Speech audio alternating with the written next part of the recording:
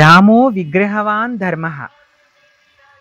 ఈ వీడియోలో మనం విశాఖపట్నం ఆర్కే బీచ్లోని ది పార్క్ హోటల్ పక్కన ఏర్పాటు చేసిన అయోధ్య రామ మందిరపు నమూనా ఆలయాన్ని చూద్దాం.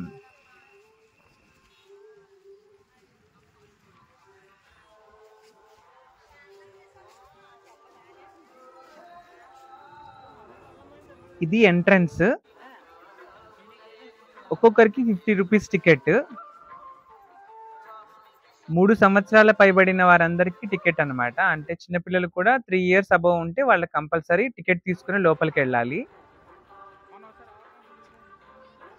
అయోధ్యలో ఏ విధంగా అయితే రామాలయం ఏర్పాటు చేశారో అదే విధంగా సెట్టింగ్ అనేది ఇక్కడ వేశారు ఆర్కే బీచ్లో ది పార్క్ హోటల్ పక్కన. ఒకవైపు ఏమో సముద్రపు అలలు, మరోవైపు శ్రీరామ మందిరము. మేమైతే వీక్ డేస్లోనే వెళ్ళాము స్టార్ట్ అయ్యాక.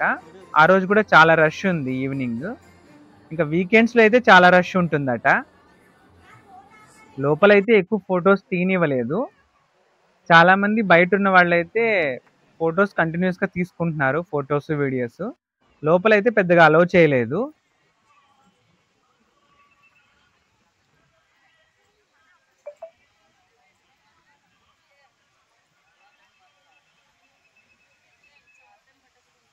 అయోధ్య రామ మందిరంతో పాటు ఆ రామ మందిరం హిస్టరీకి సంబంధించిన మ్యూజియం అలాంటిది ఏమైనా ఉంటుందని నేను ఎక్స్పెక్ట్ చేశాను. అలాంటివైతే ఏం లేదు.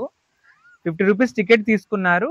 లోపలికి వెళ్ళాము, స్వామిని దర్శనం చేసుకుంటాం, బయటకు వచ్చేస్తాం. బయట ఫోటోలు తీసుకోవడము, వీడియోలు తీసుకోవడము, మళ్ళీ బయటకు వచ్చేయడం అంతే.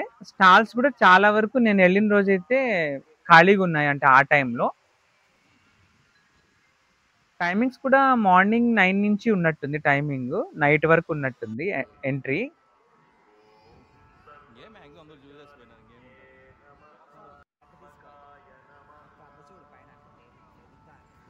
ఇలా మొత్తం అక్కడ టెంపుల్ ఆర్కిటెక్చర్ ఎలాగైతే ఉంటుందో అలానే ఇక్కడ సెట్టింగ్ వేశారనమాట.